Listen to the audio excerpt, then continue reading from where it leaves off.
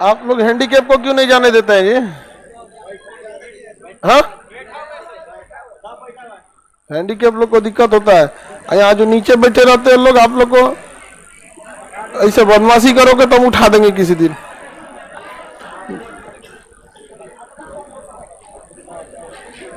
अब पीछे पड़ोसी वाला सब हल्ला नहीं किया करो लो तुम लोग।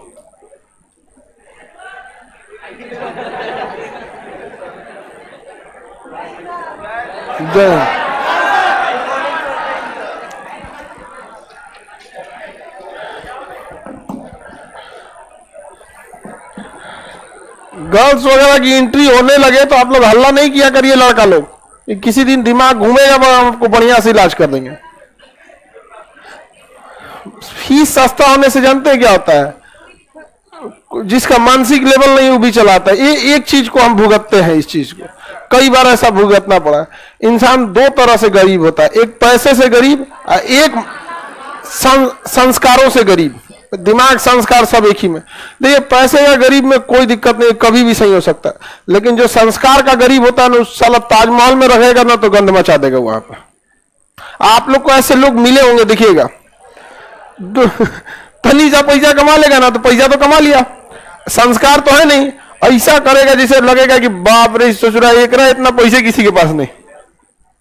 अब किसी किसी को देखिएगा तो कितना भी पैसा रहेगा लेकिन सभ्यता संस्कार में रहेगा कि चलो भाई, उसके बगल में कोई बैठ के गरीब भी खाना खा लेगा तो उसको कोई दिक्कत नहीं है। एक मेरे बगल में बैठ गया तो आप लोग संस्कार वाले रहिए। ये आप लोग के अंदर नहीं है तो ये आपके माँ बाप की गलती है। अब पिताजी ने क्यों नहीं सिखाया? डाउट था आप पे, क्या था? देखिए, हमारा स्वयं संपत्ति, हमारा घर मकान रहेगा तो हम तो अच्छा बनाएंगे, लेकिन अगर जमीन पे विवाद है, मुकदमा है, तो हम क्या लिए अच्छा बनाएंगे? डिस्प्यूटेड रहेगा तो क्या बनाएंगे?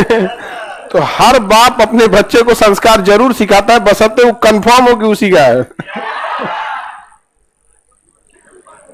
इसलिए ऐसा परिचय नहीं दीजिए आप लोग, ठीक है? और यहीं से दो चार लड़कों की वजह से पता है सब पूरे राज्य को बदनामी होती है। ऐसा थोड़ी है कि करप्शन भ्रष्टाचार केवल बिहार में है, इससे ज्यादा बाकी जगह। लेकिन यहाँ पे ऐसा चीज पे बेवकूफी करेगा ना जिसका कोई हद नहीं।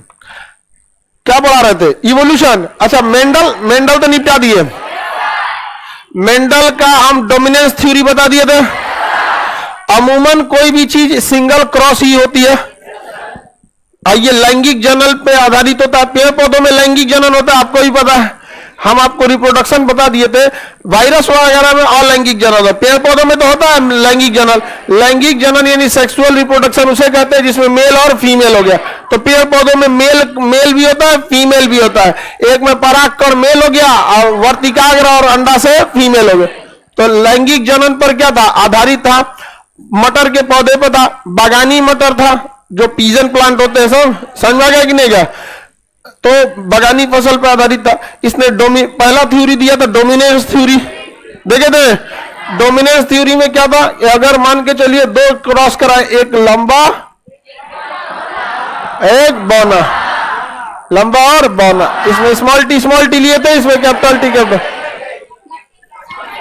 यही बना था ना। यहाँ चार ग्रुप बनाए थे, इसमें कैपिटल टी स्मॉल टी, ये capital T capital T capital T small T capital T small T small T small, ये एक जैसे माने 3:1। फिजिकली देखने में 3:1 आया था। ये हम पढ़ा दिए। अब इस पे हम डिस्कशन करने वाले हैं। हम जब आपको डबल क्रॉसिंग को एकदम बढ़िया से समझा दिए थे तो ये कौन डेक्सी का मसाला है, इसको हम परसेंटेज में बांटेंगे तो 75% और 25%। डोमिनेंस कितना रहेगा? 75%। इसका मतलब जब भी देखिएगा कोई भी संतान उत्पन्न होगा तो एक तरह का वो क्रॉस ही होता है। यहाँ पे मेल गैमेट और फीमेल गैमेट, उसमें कोई ना कोई एक प्रभावी रह जाएगा। तो 70% लक्षण मिलेगा। पिता का बाल काला, आपका भी काला रहेगा। पिता की हाइट जैसे लगभग उस टाइप की रहेगी। 75% क्या करेगा? मैच करेगा। समझा गया कि नहीं? इसका मतलब अगर आपके पास पिताजी से मैच कर रहा है तो यानी पिता का क्रोमोजोम क्या था? डोमिनेंस था। लेकिन कभी कभी माता के ज्यादा गुण दिखने लगते हैं। इट मींस वहां पर माता का गुण क्या था? डोमिनेंस था, यानी प्रभावशाली था। यानी दोनों में से कोई ना कोई अपना प्रभाव जमा देगा और 100% कोई भी प्रभाव नहीं जमा पाएगा। मैक्सिमम कितना जमा है? तो देखते होंगे आप लोग कि कोई अपनी माता से ज्यादा मैच करता है, कोई पिता से। ऐसे आप इसमें ना कई लोग गांव में एक एक कहावत करते हैं कि जिस लड़की का चेहरा पिता से मिलता है बड़ा लकी होती है। ऐसे कहा जाता है ना, लकी बहुत होते हैं साहब यहाँ पे, तो भाग्यशाली लकी सब लकी वगैरह। देखिए आप लोग जल्दी जल्दी सेटल हो जाइए, सब लकी हो जाइएगा, नहीं तो रद्द हो जाइएगा, कोई लकी की दिक्कत आने लगेगा। एक कितना भी बेहतरीन लोहा खरीदिए, चाहे टाटा का सरिया खरीदिए, जिंदल खरीदिए, कोई भी, उसमें एक बार जंग लग गया ना तो उसका व्यवस्था कर देगा वो। जिंदगी में भी जंग लगा देता है गरीबी। जिस दिन ये अंदर घर में घुसा सब चीज तहस नहस करके रख देगा। ये समझिए एमसीबी ये गिर गया तो सब चीज बंद कर देगा। कितनों कुछ करते रहिए। आज देखिए जिसे आप कहते हैं संस्कार विहीन है, आप एक गौर कीजिएगा उसकी कई पीढ़ियों से गरीबी चलते आ रही है। वही बेचारा संस्कार कौन पेड़ पे फलता है, तो आपको अजीब सा लगेगा। एक आदमी, एक हम शादी ब्याह था ना, उसमें हम एक बार गए हुए थे, तो एक आदमी था, वो खाना ऐसा खा रहा था जैसे मतलब उसको कभी नहीं मिला। तो एक बगल वाला हमसे मजाक में कर रहा था, देख रहे हैं संस्कार नहीं है। हम कहे संस्कार नहीं महाराज, गरीबी है उसका। हम लोग इसको इसलिए नहीं खा रहे हैं कि इससे अच्छा अच्छा हम लोग मंगा सकते हैं जब चाहे। उस बेचारों को एक बाद ना मिलेगा, फिर दोबारा भी आवाम मिलने वाला है। आप उसको जिसको संस्कार विहीनता कह रहे हैं, वो बेचारे की मजबूरी, उतना बढ़िया खाना वो नहीं खा पाएगा दोबारा। लोग उसको मजाक उड़ाते हैं, अरे बाप रे कैसे कर दिया, लूट रहा है, यही कर रहा हो। अब आप बताइए कि क्या उसको खाने वाले आदमी को जिसके पास अवेलेबल है काहे लिए करेगा वहां? तो बड़ी खराब चीज होती है इस तरह गरीबी, चौपट करके रख देता। लेकिन एक चीज देखिए, कुछ कुछ ऐसे भी लोग मिलेंगे जिनके पास पैसे तो नहीं है लेकिन संस्कार बहुत मिलेगा, और वो लोग हमेशा सक्सेस हो जाते हैं। याद रखिएगा, ऊपर वाला ना कभी किसी ऐसे इंसान के हाथ में शक्ति या पैसा नहीं दे जो उसी ऊपर वाले के बनाए गए किसी अन्य मनुष्य पर सताए। क्योंकि अगर आप किसी अन्य मनुष्य को सताएंगे तो फोन करेगा भगवान को, ये दिक्कत होगी, लोग मतलब भगवान के पास प्रार्थना करेगा महाराज आप, तो काहे आप वही से अपना बवाल लेगा। हम किसी लड़के को ऐसी को कभी बोलेंगे कि जो दूसरे को लड़ाई झगड़ा करे?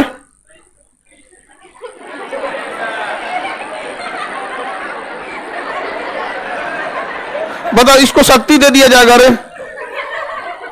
कौन सा चक्र था,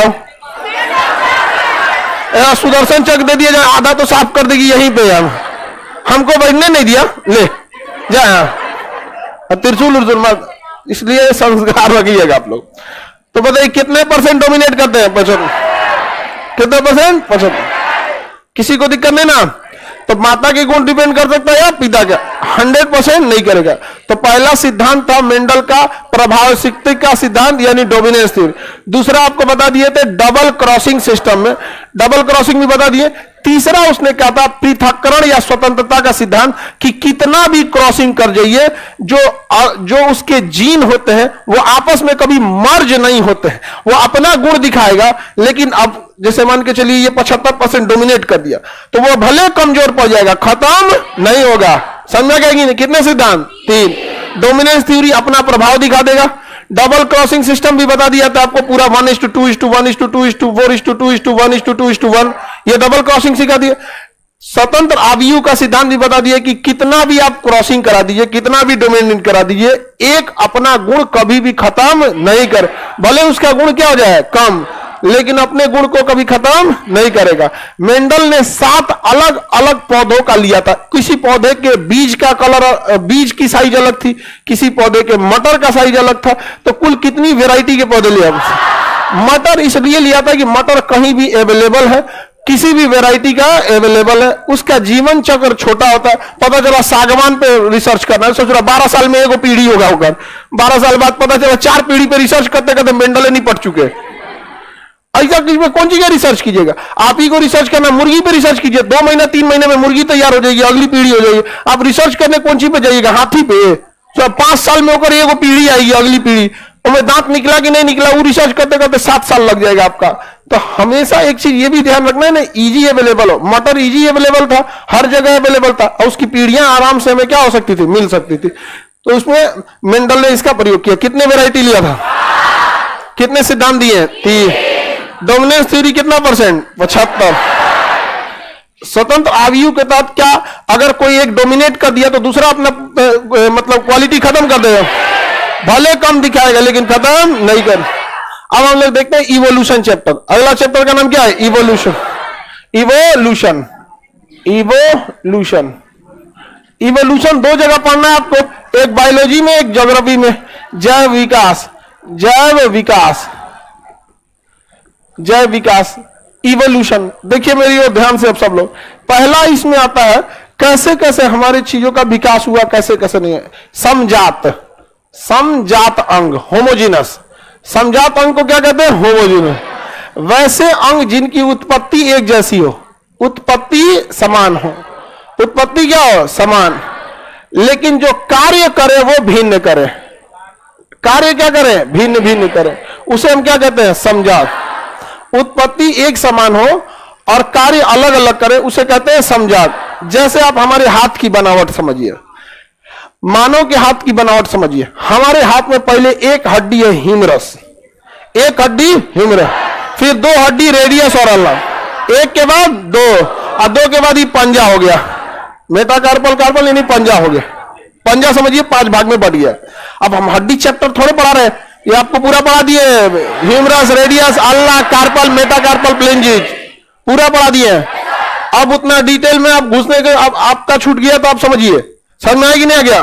खिचड़ी करके कभी कोई चैप्टर नहीं पढ़िएगा, ये चौपट हो गया यहां पे पूरा भारत का एजुकेशन सिस्टम। कोई अनुसूची पढ़ाने उतरता है तो वहीं पे बताने लगता है 8वीं अनुसूची भाषा, 14 भाषा थी, 21वां संशोधन द्वारा सिंधी जोड़ा गया, 71। अरे भैया कुल ये पढ़ा दो तो संशोधन में कौन सी पढ़ाओगे। जब यहीं आप 8वीं अनुसूची में कुल संशोधन पढ़ा दीजिए तो आर्टिकल 368 में वहां कहां पढ़ाइएगा, समझ आएगी नहीं। जिसका मन वो लेके चल रहा है। मैकाले ने ऐसा रद्द किया जिसका कोई हद नहीं आता। अब एक बैच हम टीचिंग के लिए देंगे, समझ आ गया कि नहीं गया, कि पढ़ाना कैसे है, समझ आ गया कि नहीं गया। अब बहुत आप लोग भी पढ़ लिए, अकेले हमरा से कितना कितना घिचाए मान का है। भारत छोटा मोटा थोड़ी है। अब एक तो सब लोग का बैच देते कैसे किधर क्या, pedagogy, pedagogy and mind mapping. Mind mapping सही रहता है, वो माइंड मैपिंग सबका अलग अलग होता है। कोई किसी का माइंड पढ़ लेता है, कोई कुछ पढ़ लेता है। हम लोग को ही नहीं सर, हम लोग को बस इतना पता है कि आप कमजोर हैं तो आपको कहां फंस रहे हैं। कितना भी कमजोर रही, आप में से बहुत सारे लोग का बायोलॉजी का कोई बैकग्राउंड नहीं रहा होगा। हम अपने मैट्रिक एग्जाम में बायोलॉजी को हम कहते बाहर में जाए ससुरा, क्योंकि फिजिक्स केमिस्ट्री बायोलॉजी एक साथ पूछता था, तो हम कहे कि पास हो जाएंगे फिजिक्स केमिस्ट्री की भरोसे, एक रात हम देखने ना जाएंगे। दुका पूछता है और पूछ दिया था मेंडल का द्वितीय संकरण, हम कह ले नहीं ये दे दिया, वो बनेगा वाला नहीं होगा आप, इसलिए चौपट नहीं होना चाहिए। देखिए उत्पत्ति कैसे हो गई, समान। जैसे मानव का हाथ ह्यूमरस, फिर 2 हड्डी, फिर 5 पंजा। देखिएगा शेर या चीता का अगला पैर भी दिखेगा, उसका भी 1 हड्डी, 2 हड्डी, फिर पंजा। चमगादड़ का पंख देखिएगा, शुरुआत में 1 हड्डी, फिर 2 हड्डी, और फिर फैलाएगा एक बड़ा सा पंजा इसे, और वो पंजवा में उसका चमड़ा लगा रहता है, जिससे कि वो क्या हो जाता है, उड़ जाता है, इसे चमड़ा उड़ जाता है चमगादड़। समझ में आ गया कि नहीं आ गया। तो उत्पत्ति क्या है, एक जैसी है। पहले 1 हड्डी, फिर 2 हड्डी, फिर पूरा 5 गो पंजा। शेर में भी, मानव में भी, चमगादड़ के पंख। मछली में भी देखिएगा, जो मछली ऐसे तैरती है ना, शुरुआत में 1 हड्डी निकलेगा, फिर 2, और फिर अगवा जाएगा क्या हो जाएगा 5, क्या हो जाएगा 5। उसी को फ्लैप्स कहते हैं, उसी पे क्या होगी, तैरने लगेगी मछली, क्या होगी, तैरने लगेगी उसमें। समझ में आ रहा है कि नहीं आ रहा। तो सबकी उत्पत्ति क्या है, समान। हाँ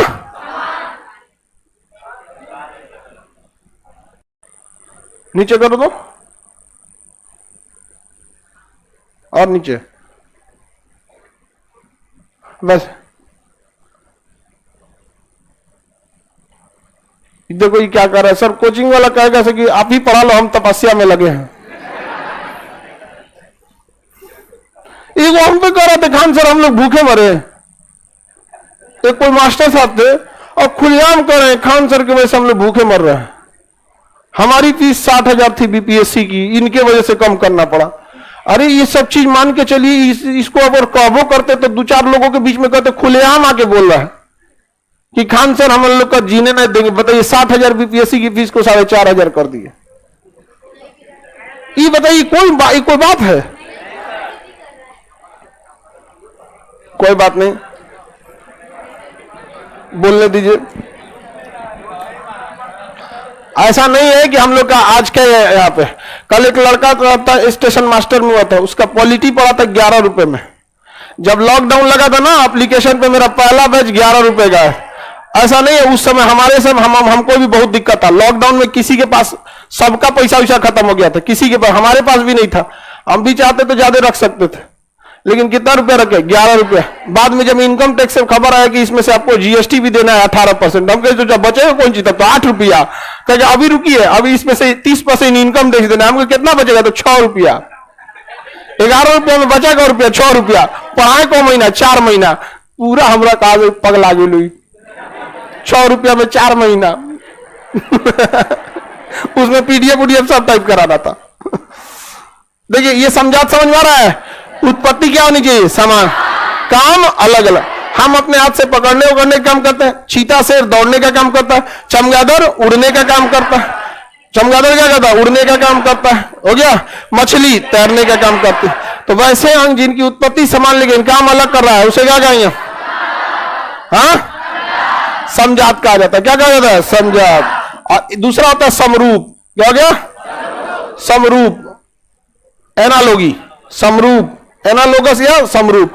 इसका कंडीशन उल्टा है। इसका ना उत्पत्ति भिन्न होता है, उत्पत्ति भिन्न होगा, अलग उत्पत्ति होगी, लेकिन कार्य क्या करेगा? समान। कार्य कैसा करेगा? समान। कार्य समान करेगा। कैसे? जैसे देखिए कीट होते हैं ना, कीड़े मकोड़े, मधुमक्खी, उड़ने वाली चींटी, टिड्डा, कॉकरोच, इस सब में 4 गो पंख होता है। एगो आगे होता है, एगो छोटका पीछे होता है। क्योंकि जब ये उड़ते हैं ना, तो जब ये यहां से हवा काटते हैं, ऐसे ऐसे हवा काटेगा ऐसे ना, तो ये हवा इधर से और इधर से जाके इसको डिसबैलेंस कर देता है, इस पक्षियों को डिसबैलेंस करता है। तो एगो छोट पंखवा पीछे रहता है, वो डिसबैलेंस काटे हुए हवा को पीछे फेंकता है, चल इधर हमारा डिसबैलेंस क्या कर रहा है। तो एगो से उड़ेगा, अब पीछे वाला छोटका पंखिया सर यार इधर हवा फेंक दे रहा है, तुम यहाँ पे कैसे उड़ रहा है, हमको काटना पड़ रहा है। समझ आ गया कि नहीं आ गया? तो उसमें कितना पंख होता है? 4।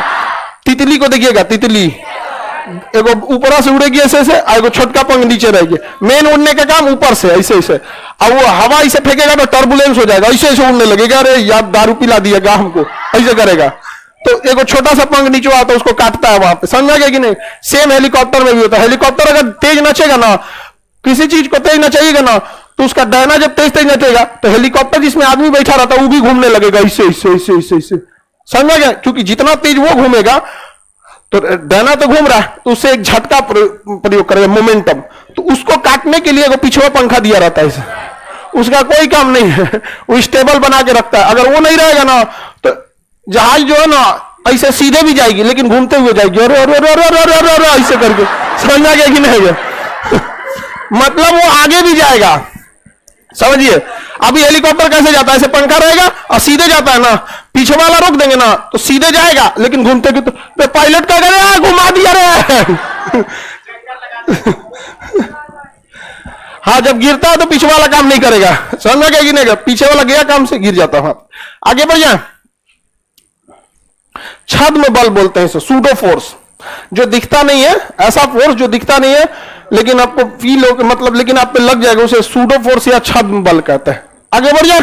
समरूप में अंतर समझ में गया? बताइए, कीट और पक्षी के पंख में यही अंतर है। कीट के पक्ष, कीट का पंख कितना होता है? 4 गो। अब पक्षी का पंख कितना होता है? 2 होता है। उत्पत्ति अंतर है, एगो में 4 गो में 2 गो, लेकिन दोनों का काम क्या है? उड़ना। अच्छा यहां पे देखिए, हाथ, मानो हाथ, चमगादड़ का पंख, चमगादड़, शेर, मछली, इन सब के हाथ की उत्पत्ति क्या है? समान। पहले 1 हड्डी, फिर 2 हड्डी, फिर 5 गो पंजा, लेकिन सबके काम क्या है? अलग अलग। जब उत्पत्ति समान हो और काम अलग अलग करे तो समजात, उत्पत्ति समान तो समजात, काम अलग अलग करते हैं, लेकिन उत्पत्ति ही क्या हो, भिन्न हो, लेकिन काम एक कर दे ले, सम, क्या हो जाए, सम। किसी को दिक्कत? अच्छा, अगर उत्पत्ति हो गई है ससुरा कामे नहीं करता है तो उसे हम लोग कहते हैं लोग वेस्टिएज अंग, अवशेषी अंग। उत्पत्ति है लेकिन कामे नहीं कर रहा है तो उसे क्या कहेंगे, अवशेष। जैसे मानव शरीर पर बाल, मानव शरीर पर बाल, तो मानव शरीर पे जो बाल है पहले इसका उपयोगिता थी, क्योंकि इंसान के पास कपड़े नहीं थे, इसे घूमता था तो ठंड से बचने के लिए। अब कपड़े रहते हैं तो धीरे धीरे मानव के शरीर से बाल का अब कोई काम नहीं है। अब तो लोग उसको नोचता है गोंद लगा के, इसे एगो कपड़ा पे इसे हैंडी प्लस टाइप का ले लेता है और उसको साट के इसे नोच देता है, चौड़का हैंडी प्लस ले रहता है, दो सटा कैसे चराक से नोच देता है। और जब हाले यार तो हाँ? अरे आदमी करे कौन चीज को, तो दाढ़ी लेके परेशान रहता है आदमी, वो निकल जाएगा इसे 90 डिग्री पे। यहाँ पे आप दाढ़ी बना लीजिए 4 बार, कैंची से काटिएगा दाढ़ी एकदम सॉफ्ट रहेगी। और जिस दिन 4 बार 5 बार रेजर लगा दिए अब वो निकलेगा 90 डिग्री पे। कौन रे काटा था क्या निकलना? तो वैक्सीन बोलते हैं उसको, वैक्स, मोम, वैक्स, मोम, आए छोड़ो सब। उसे क्या मतलब, अच्छा फिर निकल जाएगा, उसमें फायदा क्या चीज है? यहाँ पे समझोगे कि नहीं? क्या आप लड़का लोग को किसी को ट्राई करना है तो दाढ़ी पे से चिपकाइए, झंझना जाएंगे हम। रेजर में आप लोग नया नया दाढ़ी बनाएंगे तो बहुत सेंसिटिव होता है यहाँ पे। अगर दाढ़ी इस डायरेक्शन में तो ऐसे ही आपको छीलना पड़ता है, और गलती से रेजर इस डायरेक्शन में मार दिए तो दाढ़ी बनाने में तो बहुत मजा आएगा, पूरा अंदर से खकोर लाया, 2 दिन बाद यहाँ घाव निकल जाएगा पूरा लाइन से। इसलिए कभी उल्टा मत बना लीजिएगा लोग। अभी आप लोग नया नया है लोग, इन्हें की शौक चढ़े, तो हम लोग को भी शौक हुआ था, गाड़ी जब बनाते हैं लिया, लोटा में आदमी लाइफ बॉय साबुन घोला, हाँ, और अगर दिया इसे लोटा में, मार इसे। आओ वाला अस्तूरा होता है गांव में, ई वाला नहीं ना था, ई वाला था, ई वाला।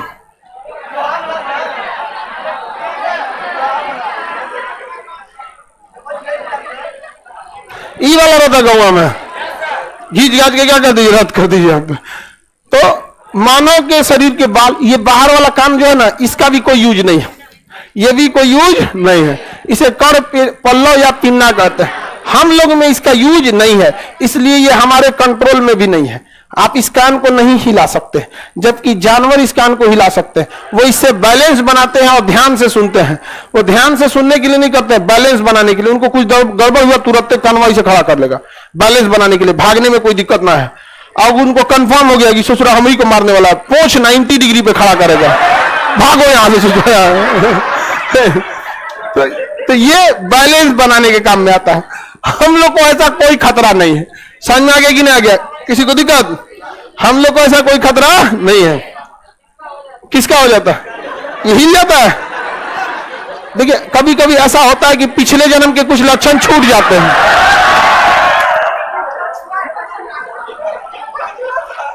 अब हो सकता है तुम पिछले जन्म में गाय हुई होगा। हाँ? सही में हिल जाता है ये कान, बिना हाथ हिला तो। ऐसे कान कैसे हिला लेगा यहाँ पे? ए लड़की लोग, तुम कौन सी देख रही हो उसको? लड़की कम नहीं है सब यहाँ पे। चश्मा लगाने में कौन सी दिक्कत होगा? अब मेरा यही माइक हम कान पे अटका हुआ है, नहीं रहेगा तो ऐसे अटका देंगे, हो गया। वो तो बनाने का डिजाइन है। अरे भाई अभी ये बनाया है इस डिजाइन से ताकि कान के पास से मेरे मुंह तक आ जाए। जब अगर कान नहीं रहता तो इसको थोड़ा और लंबा कर देता है, हेयर बैंड की तरह। अभी है इसलिए ये इसका क्या कर रहा है, यूज कर रहा है। नहीं तो ऐसे भी पहन सकते हैं लोग, हाँ है कि नहीं? कॉलर माइक वाला भी होता है, लेकिन कॉलर माइक हमको शुरू से नहीं जमता है। बोले कॉलर माइक में यहाँ कॉलर माइक लगा दीजिएगा, ऐसे घूमिएगा तो मुंह आवाज जरा इधर, समझ में आया? माइक इधर है, कौन चीज समझ में आया? बोलता उधर है। इसमें क्या, हम इधर जाएंगे तो ये भी जाएगा, हम इधर जाएंगे तो ये भी जाएगा, उसमें दिक्कत होता है। आप जैसे यही है, इसको ऐसे लगा लेते हैं, आवाज आ रहा है। लेकिन अगर हम ऐसे करके बोलेंगे, बताइए हाथ तो समझ में आ रहा है? नहीं आ रहा। सब आजमा चुका है आदमी, समझ में आ गया कि ना? सारा आजमाने के बाद आदमी यहां तक बैठा है। बड़ा मुश्किल है उस शख्स को गिराना जिसे ठोकरों ने चलना सिखाया हो। चलिए समझा तो जरा, समझ में आ गया? अवशेषी अंग, अवशेषी अंग किसे कहते हैं? जो शरीर में होता है लेकिन काम नहीं करता। जैसे कर्ण पिल्लो काम नहीं करता, मानव के शरीर के बाल, अब कोई जरूरत नहीं है इसके। यहाँ पे थर्ड मोलर, मोलर में ना थर्ड मोलर, कौन कोना में जाके कूचता है? कोई नहीं। कुछ कुछ आदमी गांव में मिर्चा खाता है यहाँ पे। तो थर्ड मोलर का भी कोई काम नहीं है। किसी को दिक्कत?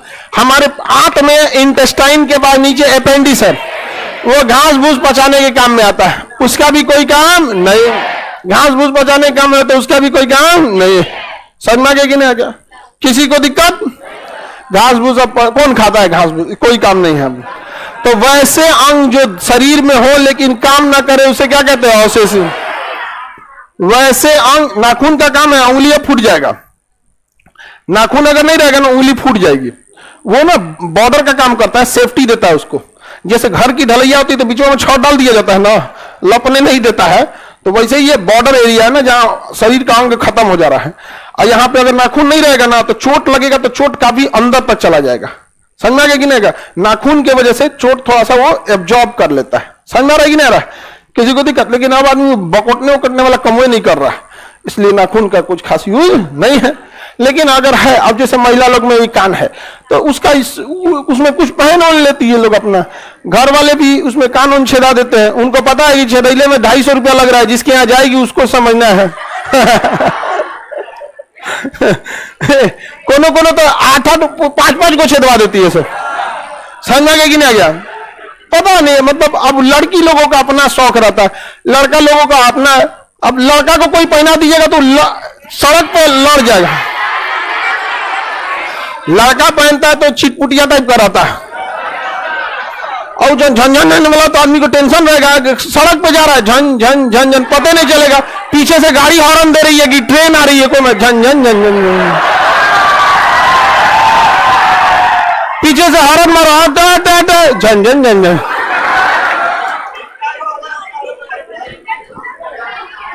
अरे पहले ये अपने आप लोग मम्मी वाला देखिएगा, नई वाला रहता है।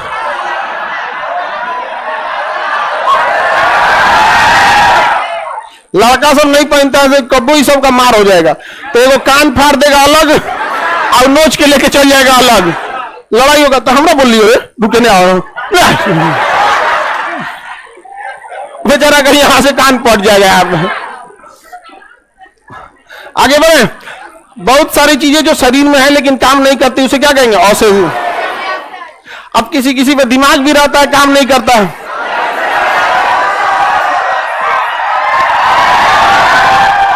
तो समझ गए आप लोग? आप लोग अच्छा, आप लोग इस आंसर का इंतजार करें, मतलब आप लोग को पहले से पता था? ओहो, इन लोग को पता था कि एक एग्जाम्पल तो अवशेषी का छोड़ ही दिए है, और आप लोग कहते हैं कि पढ़ाई नहीं करती है। सब देखो तो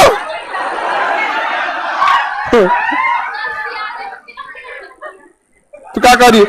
ई तो अलगे बोलती है कुपोषण। आगे बढ़े। अवशेषी अंग समझ में आ गया? अब हम लोग समझ आगे बढ़े। शरीर में बहुत सारे वेस्टिएज अवशेषी अंग होते हैं। हमारे शरीर में सारे अंगों का काम नहीं होता। आप मोबाइल देखिए ना, मोबाइल में इतने सॉफ्टवेयर होते हैं, सबका यूज होता है। हमको तो अब मोबाइल में बहुत जो काम का चीज रहता है तो उन्हें देखबे करते हैं आप, अदरवाइज में नहीं देखते। एक आदमी कल यहाँ पे पिछवा 1 साल से मोबाइल खरीद ले, स्टिकरवा शर्ट ले थे, तो कल हम लोग में कोई देखा तो कहा कि सर ये खराब मानेंगे लोग, क्या आप इस शर्ट ले रहते हैं? हमको मानने दो। तो पे दुका लिखल था EMI नम ये वो, या हम कहीं कहाँ रखेंगे? तो नोच दिया यहाँ पे। समझा के नहीं यहाँ पे? तो आदमी ऐसे भी रखे रह जाता है यहाँ पे। तो वेस्टिएज शरीर में बहुत रहते हैं। इस मोबाइल में जितना सॉफ्टवेयर हम यूज किए हैं, 50 गो सॉफ्टवेयर क्या यूज किया होगा आदमी इसमें? 5 गो 6 गो। तो बहुत सारे शरीर हमारे शरीर में भी दिए गए, लेकिन सबका यूज कर पाता आदमी नहीं, 4-5 गो का यूज करता है, बाकी का नहीं करता। अब देखिए एक वैज्ञानिकों के सिद्धांत देते हैं, लैमार्क का सिद्धांत। लैमार्क का सिद्धांत किसका? बैल था ससुराई। हाँ, इसकी पुस्तक का नाम है जूलॉजिका, फिलोसॉफिकल जूलॉजिका, फिलोसॉफिक जूलॉजिका। फ्रांस का रहने वाला था ये, इस ससुरा ढेर होशियार बन रहा था अपने आप।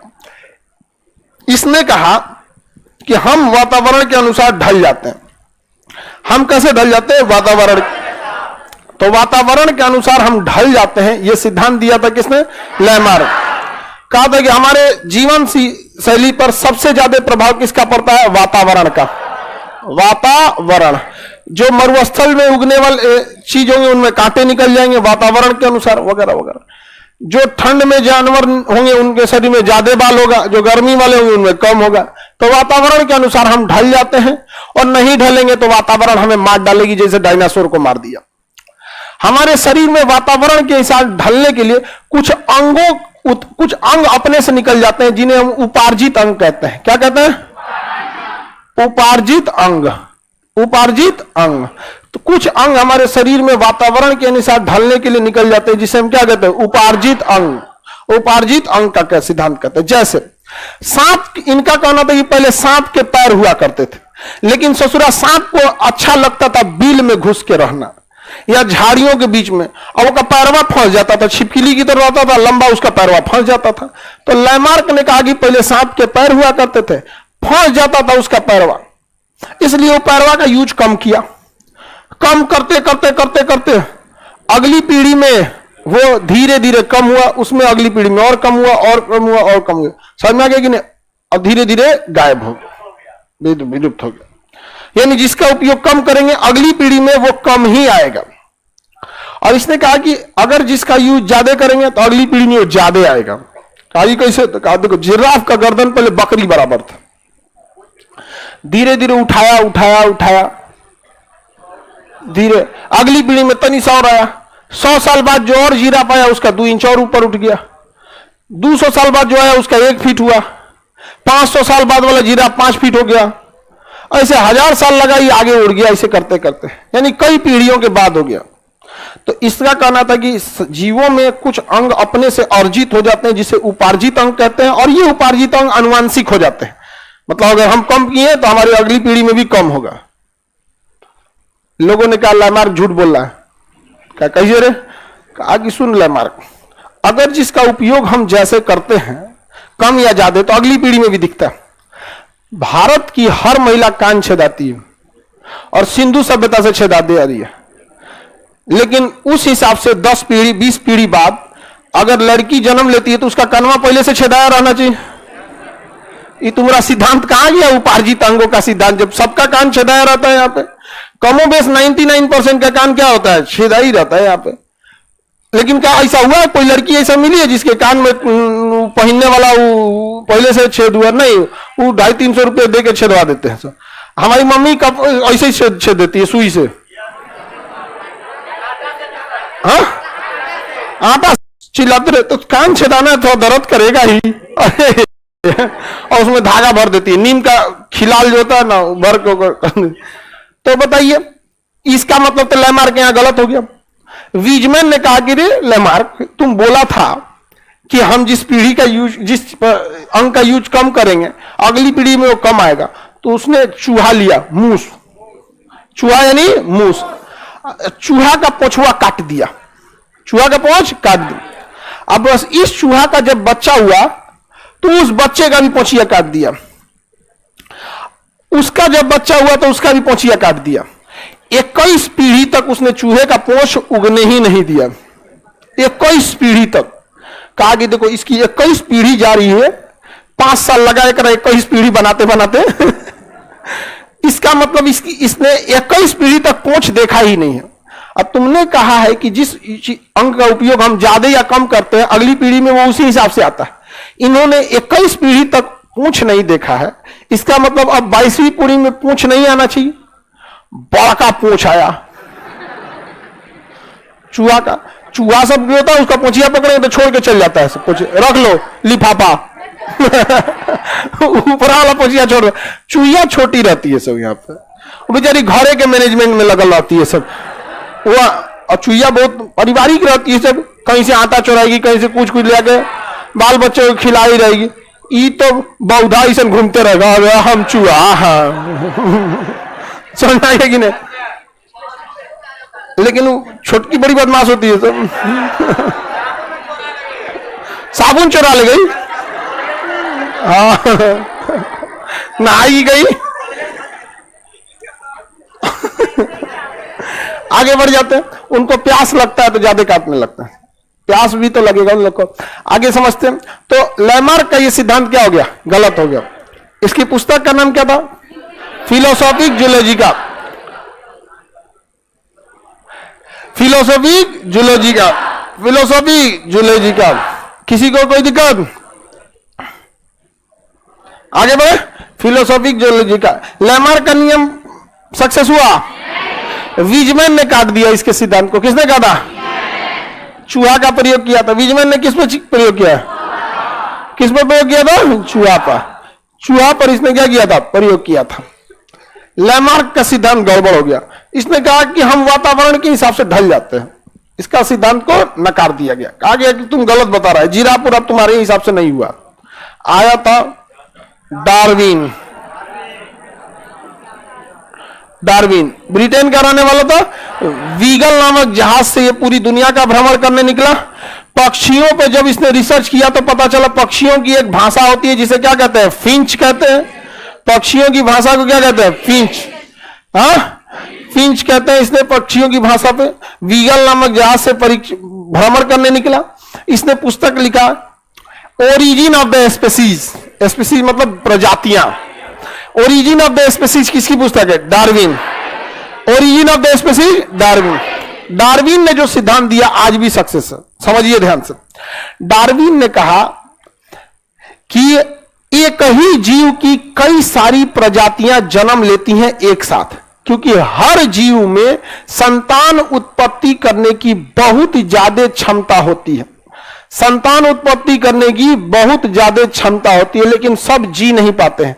देखिएगा, कुत्ता एक बार में 5 से 7 10 को बच्चा देगा और लास्ट में 2-3 को बचेगा सब। तो संतान उत्पत्ति करने की बहुत ज्यादा क्षमता होती है, लेकिन सब जी नहीं पाएंगे। उनमें कुछ ना कुछ मर जाएंगे, जिसके मरने का कई कारण। आपसी विवाद, अंतर मतलब आपसी लड़ाई, सजातीय लड़ाई। समझ गए कि नहीं? सजातीय लड़ाई। जैसे शेर शेर को मार देगा, शेर चीता को मार देगा, शेर आपका लिपर्ड को मार देता है, आपस में लड़ने लगते हैं सब। तो सजातीय लड़ाई में कुछ मर जाएगा सब, कुछ बाहर वाले से लड़ के मर जाएगा। जैसे गाय के बच्चा को शेर खा गया। गाय अलग जाति की है, मांसाहारी नहीं है, शेर अलग जाति की है। तो कुछ को बाहर वाले आके मार देंगे। तो पूरी दुनिया जीने के लिए संघर्ष कर रही है। पूरी दुनिया किस लिए संघर्ष करे? जीने के लिए। अब आपसी संघर्ष भी है। एक शेर अपने बच्चों को मार देता है, और कुछ बाहर से संघर्ष भी है। जैसे कोबरा सांप दूसरे सांपों को मार देता है, तो सजातीय संघर्ष है। आएगा नेवला, कहेगा गुड मॉर्निंग, सबको निपटा देगा वहां पर। तो ये बाहर वाला संघर्ष है। तो हर इंसान में संतान उत्पत्ति करने की अपार संभावना है, लेकिन इस अपार संभावना के बाद सारे लोग जिंदा नहीं रह पाएंगे। कुछ आपसी लड़ाई में मरेंगे, कुछ बाहरी लड़ाई में मरेंगे, कुछ बचेंगे तो पर्यावरण मार डालेगा उनको। इतना ना ठंडा पड़ेगा कि मर जाए, इतना ना गर्मी पड़ेगा कि मर जाए।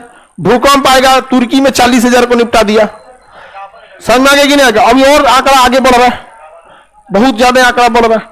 या फिर भूकंप आ गया, ज्वालामुखी आ गया, सुनामी आ गया। तो संतान उत्पत्ति करने की क्षमता हर एक जीवों में बहुत ज्यादा है, लेकिन इनमें जिंदा रहने के लिए संघर्ष होता है। जिंदा रहने के लिए संघर्ष होता है। इस संघर्ष में हर कोई जिंदा नहीं रह पाता है। सजातीय संघर्ष भी होता है, बाहरी संघर्ष भी होता है। चीता और गाय में कौन सा संघर्ष? बाहरी संघर्ष। मछली और मगरमच्छ में बाहरी से मतलब तो सजाती हो जाएगा, सब पानी पानी वाले हैं सब। आप समझ में आ गया कि नहीं आ गया? आदमी मछली मार दिया तो बाहरी हो जाएगा। समझ में आ गया? इन सब में ये सारा संघर्ष चला। ये संघर्ष से आप बच सकते हैं, इस संघर्ष से आप बच सकते, लेकिन जो पर्यावरणीय संघर्ष होता है उससे नहीं बच।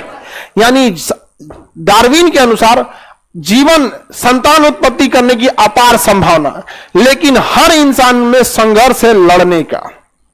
जीने के लिए संघर्ष करना पड़ेगा। जीने के लिए संघर्ष, या तो आप आपसी लड़ाई में मराएंगे, जैसे कुत्ता काटाकुटी करके मर जाता है सब, या तो बाहरी लड़ाई में मराएंगे, और सबसे भयानक मराएगा आदमी तो पर्यावरण की लड़ाई में।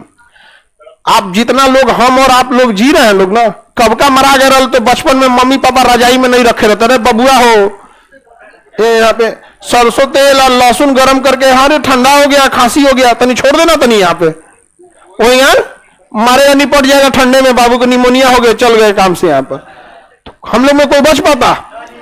वो तो धीरे धीरे मानव का ब्रेन विकसित है, वो अपने लिए कपड़े बना लिया, घर बना लिया, लेकिन जानवर वो तो मर जाएंगे। ठंडी में बहुत जानवर मर जाते हैं सब। ठंडी का दिन आएगा देखिए ना, गाय बकरी बहुत मरते हैं सब यहाँ पे। तो डार्विन ने यही सिद्धांत दिया, काफी सही सिद्धांत था। पहला सिद्धांत, संतान उत्पत्ति की अपार संभावना। दूसरा, जीवन जीने के लिए संघर्ष। जीवन जीने के लिए संघर्ष तीन टाइप से, सजातीय, बाहरी और पर्यावरणीय, तीन तरह का संघर्ष। तीसरा, सर्वाइवल ऑफ द फिटेस्ट, जिएगा वही जो सबको हरा दे, जिएगा वही जो सबको हरा दे, सबको हरा दे। सजातीय संघर्ष में भी हरा दे, बाहरी लड़ाई में भी हरा दे, पर्यावरण को भी हरा, वही जी सकता है, बाकी कोई नहीं जी सकता। समझ में आ गया कि नहीं आ गया?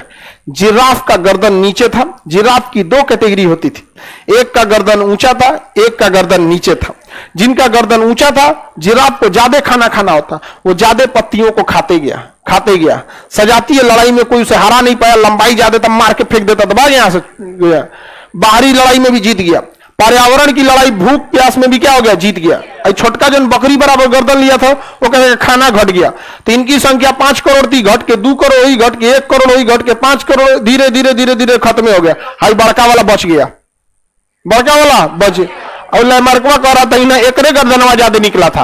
रे लोल कहीं का, सब लोग संघर्ष में, जो बचेगा वही जिएगा। सर्वाइवल यानी जीवन जिएगा वही। सर्वाइवल मतलब जिंदा रहना। सर्वाइवल ऑफ द फिटेस्ट, जो फिट रहेगा वही जी पाएगा, चाहे वो सजातीय लड़ाई में, चाहे वो बाहरी लड़ाई में, चाहे वो पर्यावरणीय लड़ाई। समझ में आ गया कि नहीं? अगर हमारे पास कहीं 3 गो आंख हो जाए या किसी का पूंछ निकल जाए, तो वो अपनी लड़ाई जीत जाएगा, बाहरी लड़ाई जीत जाएगा, लेकिन पर्यावरणीय लड़ाई नहीं जीत पाए। सोएगा तो ससुराल का पोछिया ऐठा जाएगा, ऐठा गया पोछ और में इन्फेक्शन हो जाएगा, डॉक्टर पोछ काट देगा, बड़ी दिक्कत होगा इसको। हमारा शरीर, हम लोग का भी पहले पोछ होता था, सर्वाइव नहीं कर पाते थे, सब पोछ वाला निपट गया सब। समझ आ रहा है कि नहीं आ रहा है?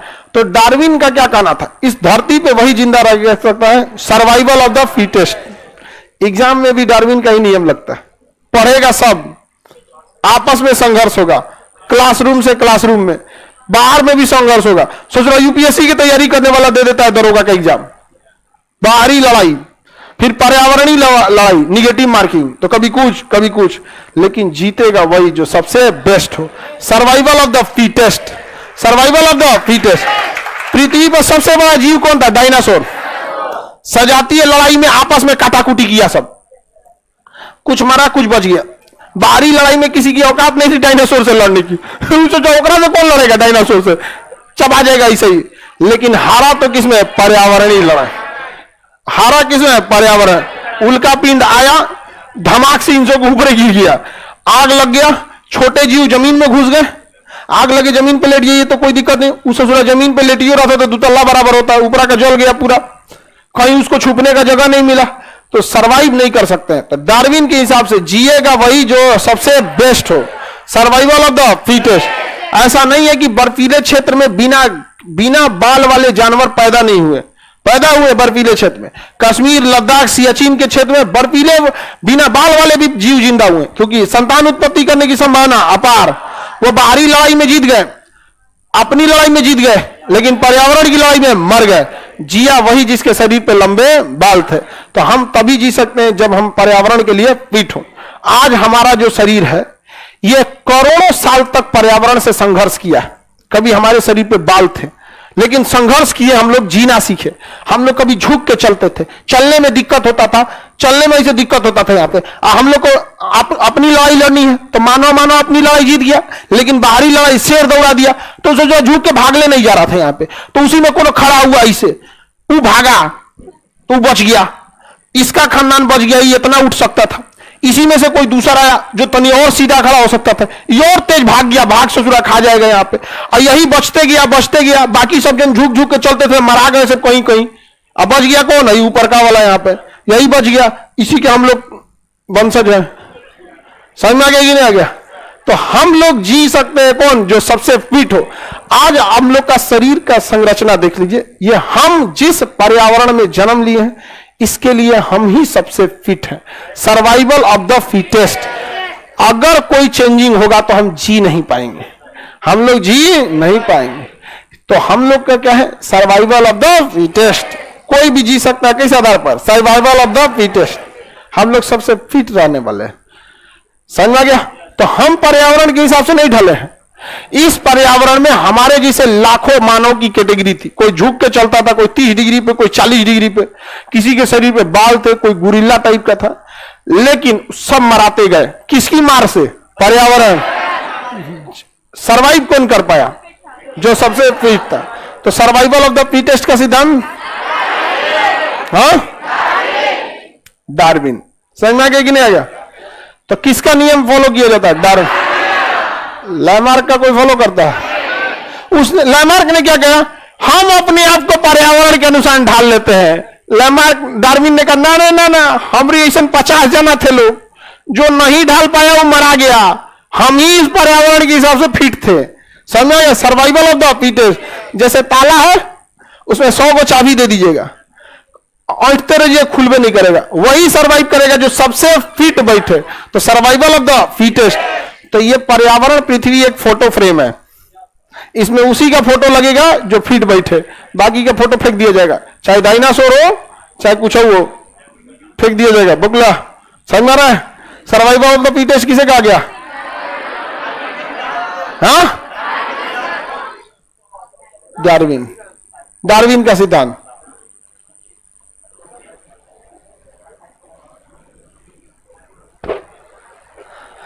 डार्विन समझ में आ गया कि नहीं? डार्विन ने एक और सिद्धांत दिया जिसका नाम रखा गया नौ डार्विनवाद, न्यू डार्विन थ्योरी।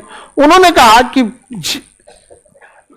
मतलब जीव जंतुओं में जो परिवर्तन होता है वो अचानक होता है, उसे हम नौ डार्विनवाद कहते हैं। नया, नौ मतलब नया, नौ डार्विनवाद। वाद मतलब होता है सिद्धांत। इन्होंने कहा कि जीवों में जो भी परिवर्तन होता है वो कैसा होता है? अचानक परिवर्तन होता है। जीवों में होने वाले परिवर्तन अचानक से होता है, अचानक होता है। कहा कि लोगों ने कहा कि कौन चीज अचानक कर रहा है, कुछ डिस्क्राइब करेगा? इसको कुछ आइडिया नहीं था डार्विन का। आया ह्यूगो डी ब्रिज। कौन है? Hugo de bridge. Hugo de bridge, इन्होंने सिद्धांत दिया म्यूटेशन का। म्यूटेशन, म्यूटेशन को कहते हैं उत्परिवर्तन। उत्परिवर्तन, म्यूटेशन, उत्परिवर्तन। किसने सिद्धांत दिया? Hugo de bridge. Hugo de bridge का सिद्धांत नौ डार्विनवाद के सिद्धांत को ही कहते हैं। इन्होंने क्या किया, समझिए ध्यान से। उत्परिवर्तन के सिद्धांत में इन्होंने क्या किया था?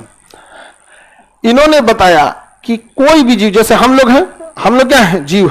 हम लोग वातावरण के अनुसार फिट है कि नहीं? फिट है पूरी तरह। और हमारे में कोई परिवर्तन होगा, जी पाएंगे? जो वातावरण के हिसाब से नहीं सी फिट, मर गया वहां पे। सांप के भी पैर हुआ करते थे, कुछ सांप के पैर थे और कुछ सांप के नहीं थे। सांप को जब नेवला दौड़ाता था तो जिनके पैर नहीं थे, सड़क से बिल में घुस गया, नेवला देखते रह गया, या तो कहां चला गया। अजीम सोचो के छिपकी लिए ऐसा पैर था, पैर फंस गया, नेवलवा निकाल निपटाते गया। 1-8 लाख साल में निपटा दिया सब जना को, तू गायबे हो गया। लैमार्कवा करा कि पैरवा गायब हुआ, अरे सोचा कुल पैर वाला गायब हो गया। जिया कौन? जिसके पास पैर नहीं था। आप लोग भी क्या सोच रहे हैं अपने पैर के बारे में? भागने काम में आएगा, भागने काम में आएगा, नहीं तो कुकुर दौड़ा के मार देगा सब। यहाँ पे कुत्ता दौड़ा मार देगा सब हम लोग का। हम लोग अगर हाथ पैर गायब कर दिए तो कुत्ता को क्या कहिए? मत मारो, वो बहुत खचरा होता है, को पगला जाएगा, तो ऐसे काटने। समझ में आ गया कि नहीं आ गया? किसी को दिक्कत? डार्विन डी ब्रिज ने कहा कि किसी भी जीव में म्यूटेशन होगा। जैसे हम ही हैं, हम हैं, आप हैं, हम लोग सब क्या हैं? जीव हैं। सब में, पूरे जीव, चाहे घोड़ा, गधा, मच्छर से लेकर कहीं भी देखिए, सब में संतान उत्पत्ति की अपार संभावना है, लेकिन सब बच नहीं पाते। शाहजहां का 14 गो में 7 को बचा, 7 गो मर गया 14 गो में। अरे गधा कहीं का 60 गो नहीं कर रहे हैं तो और पगला है। हम करे 7 गो बचा तो करे कजी 60 गो, 60 गो कहीं कौन का लड़का होगा यहाँ पे?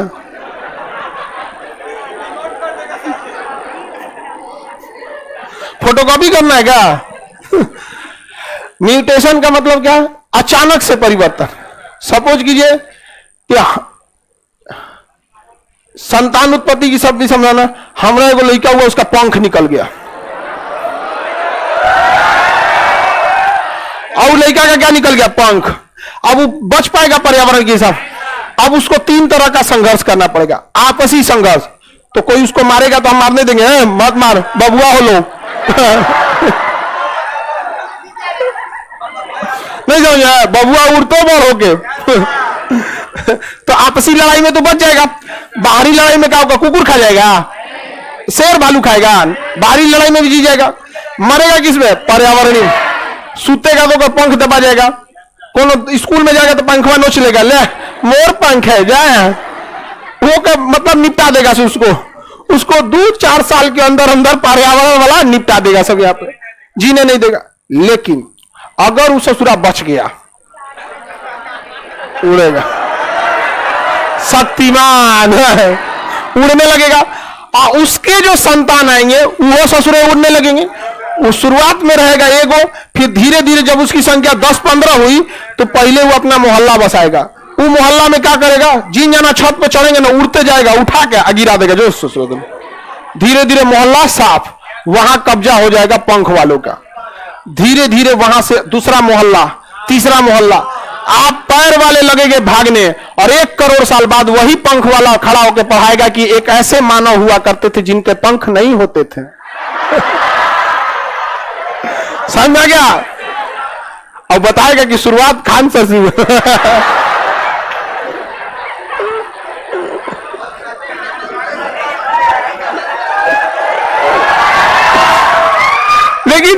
लेकिन ऐसा लड़का बचता नहीं है सब। पर्यावरण की लड़ाई में नहीं बचेगा, समझ गया कि नहीं? मरा जाएगा, ढेर पंख उड़ने वाला होगा, बिजली का खंभा मारेगा तो करंट झाड़ दे, उदिया जो पापा है गलो है। हमें दूसरा तो नहीं थे, वो 13,000 वोल्ट पे बैठने का लिए गया था। जाए वहां से, जो दूसरा हो तो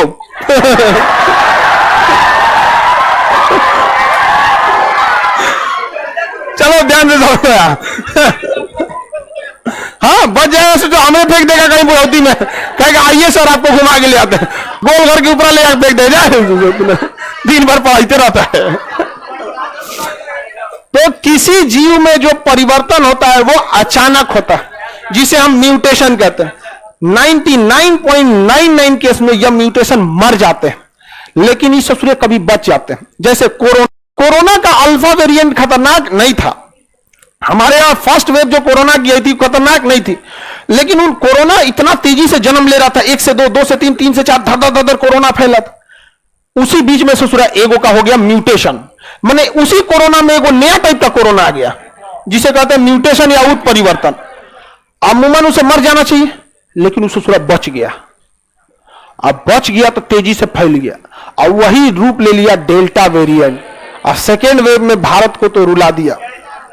समझा गया कि नहीं? 2021 वाला कोरोना भारत में तो शमशान घाट में जगह नहीं बचे थे, तबाही मचा दिया था, भारत के हेल्थ सिस्टम को उजाड़ दिया था। तो म्यूटेशन समझ में आ रहा है कि नहीं? और जो लोग ये कहते हैं कि पहले मुर्गी की पहले अंडा, तो पहले मुर्गा पहले मुर्गा, समझा गया कि नहीं? गांव में कोई बहस करे कि पहले मुर्गी की पहले अंडा, तो पहले बोलिए मुर्गा। अब वो 2 दिन सोचेगा, उसको छोड़ दीजिए। पहले ना मुर्गी ना मुर्गा, हुआ था म्यूटेशन। क्या हुआ? म्यूटेशन। कोई एक जीव है, उस जीव से एक नया जीव निकला, अब उसको संघर्ष करना पड़ा। जन्म तो ले लिया, संघर्ष करना पड़ा किस चीज का? आपसी लड़ाई का, सजातीय लड़ाई का। उसमें बच गया वो। फिर वो बाहर की लड़ाई में कुत्ता ना खा जाए, शेर ना खा जाए, मगरमच्छ ना खा जाए, बाहरी लड़ाई में भी क्या हो गया, बच गया। अब उसे लड़ना था पर्यावरणीय लड़ाई में ठंडा गर्मी, तो पंख था, ठंडा से बच गया, और वही बच गया तो बन गया कौन सी मुर्गा। समझ में आ गया कि नहीं? समझ में आ गया कि नहीं? तो ऐसे म्यूटेशन कई जगह हुए होंगे, कुछ अफ्रीका में, कुछ यूरोप में, कुछ जापान में, कहीं कहीं म्यूटेशन से। जब भी कोई नई जाति बनी है तो कैसे बनी है? म्यूटेशन। किसे बनी है? म्यूटेशन से बनी है। शार्क मछली थोड़ी थी, वो तो उदबिलाव टाइप का था। शार्क मछली जमीन पर रहता था, बाकी जीव उसको दौड़ा देते थे तो सीधे पनिया में घुस जाता था। तो धीरे धीरे धीरे धीरे वो पनिया में रहते सीख गया उसे पनिया में रहने। करोड़ों साल लगते हैं इवोल्यूशन में। किसमें? इवोल्यूशन। तो म्यूटेशन का सिद्धांत किसने दिया? D bridge. Hugo de bridge. उत्परिवर्तन का सिद्धांत डी ब्रिज। उत्परिवर्तन का सिद्धांत डी। हम धीरे धीरे अपने आप को क्या करते हैं? आज अपना लेते हैं। सर्वाइवल ऑफ द फिटेस्ट, हम उसी हिसाब से सर्वाइव कर लेते हैं। समझ में आ रहा है कि नहीं आ रहा? किसी को दिक्कत? आप सर्वाइव जिस हिसाब से करेंगे वही आपके लिए क्या है? फिट है। जैसे आप घर का खाना खाते हैं, हम 12 साल होटल का खाना खाएं तो हम सेट हो गए हैं बाहर का खाना खाने से।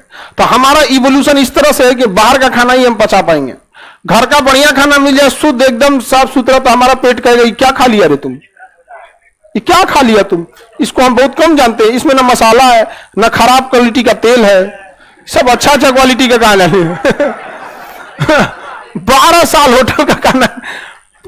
अब हमारा उसी हिसाब से क्या हो गया? इवोल्यूशन हो गया, उत्परिवर्तन। सीख गया इंसान उसी में। Survival of the fittest. वो खराब जा रहा था, तबीयत खराब हो रही थी, फिर खराब जा रहा है होटल का खाना, तबीयत खराब हो रही थी, फिर खराब जा रहा है, तबीयत खराब हुई, जॉन्डिस हुआ, टाइफाइड हुआ, सब कुछ होते होते होते होते सर्वाइवल ऑफ द फिटेस्ट। अब लाओ कोनो होटल का खाना, कितनो रहे आप सब पचा देगा आदमी। यहाँ पे घर का खाना खाने में अजीब पूछता है ये कहाँ का रोटी है इतना मोटा? होटल वाला रोटी तो पापड़ जैसा रहता है, अब मम्मी रोटी देती है ऐसा लगेगा बुलेट प्रूफ है। 5 को खैला के बाद कहेंगे कौन सी खाया है रे तुम? उत्परिवर्तन समझ में आ गया कि नहीं आ गया आप लोग को? किसी को दिक्कत? जैसे मान के चलिए आप ही में से कोई लड़की अचानक से उत्परिवर्तन हुआ और नागिन का रूप ले लिया, ऐसे ऐसे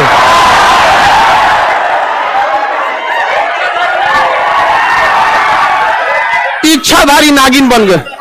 समझ में आ गया कि नहीं? जैसे आओ बन गई इच्छाधारी नागिन, 1 हफ्ते के अंदर अंदर सबको निपटा देगी इसमें। समझ में आ गया कि नहीं आ गया? अब कोई इसमें इच्छाधारी नागिन बन गई और तुरंत उसको अमीशपुरी को बुलाया जाए। बेचारा अमीशपुरी भी नहीं है। अब क्या होगा यहाँ पे? अब वो इच्छाधारी नागिन सर्वाइवल। अब वो इच्छाधारी नागिन कैसे बनी? उत्परिवर्तन। अचानक से कोई जेनेटिक इंफॉर्मेशन चेंजिंग हुआ, अचानक बन गई क्या चीज? इच्छाधारी नागिन। अब उसको संघर्ष होगा पहले आपसी लड़ाई में। आपसी लड़ाई में कोई पूछ काछ दिया तो ठीक है, नहीं तो बाहरी लड़ाई में नेवला खा गया, कोई और खा गया तो ठीक है। अब तीसरी लड़ाई होगी पर्यावरण।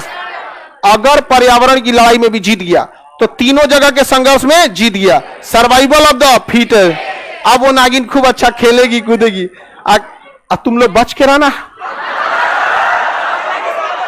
कहीं कहेगी कि चलो चिड़ियाघर हुए, काट देगी आपको। चिड़ियाघर में जाइए, गया 5वां नंबर।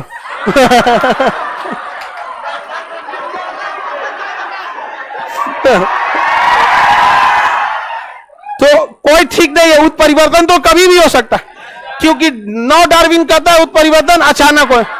इसलिए आप लोग किसी पे भरोसा नहीं करो, क्या पता उत्परिवर्तन का शिकार हो। समझ में आएगी नहीं? और लड़की लोग में अगर कभी भी ऐसा उत्परिवर्तन हो तो प्लीज आप लोग उसको मत काटिएगा, लड़का इन्हें की काट ले यहाँ से जाए। हाँ, लड़का बेचारा विष्णु होता है, विष्णु 20 पचा लेंगे हुए यहाँ पे, शेष नाग पे सोने वाले विष्णु भगवान। 7 फन वाले को कुछ होगा, लड़का सबको पास विष्णु भगवान का स्पेशल आशीर्वाद होता है। हाँ हाँ, समझ में आ गया कि नहीं आएगा? अगर कोई लड़की इस टाइप का कुछ करे ऐसे ऐसे ऐसे तुरंत आप लोग अमीशपुरी को याद कीजिएगा। हे अमीशपुरी, हे अमीशपुरी, हे श्रीदेवी पहले नागिन बन जाते हैं। आगे बढ़ जाए ना, उत्परिवर्तन समझ जाए। उत्परिवर्तन धीरे धीरे होगा कि अचानक? उत्परिवर्तन वाले मर ही जाते हैं, मर ही जाते हैं वो, लेकिन बच गया तो तांडव कर देता है। समझ में आ गया कि नहीं आ गया? उत्परिवर्तन हो गया। चलिए इतना समझ में आ गया। अब नेक्स्ट क्लास कल करेंगे, ठीक है।